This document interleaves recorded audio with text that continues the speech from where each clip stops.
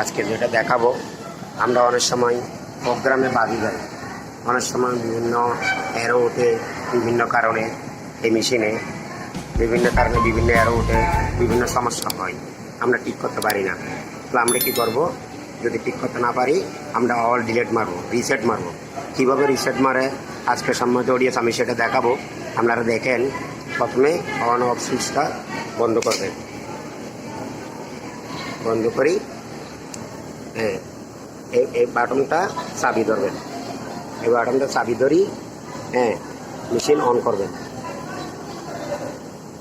দেখেন সম্মানিত অডিয়েন্স, এবং এন্টার বাটনটা চাবি ধরি একটু করে রাখবেন। তাহলে আমার মেশিন অল ডিলেট হয়ে গেছে। দেখেন সম্মানিত অডিয়েন্স, আমি এখানে 3 তুলে দিলাম, 4 তুলে দিলাম, বন্ধ করলাম। আবার দেখাই, আপনারা বোঝার জন্য সুবিধার্থে আবার দেখা দিচ্ছি। প্রথমে এই বাটনটা চাবি ধরবো, চাবি ধরি অন করবো, অন করার পরে এন্টার বাটন চাবি ধরবো, তারপরে এটা দিব।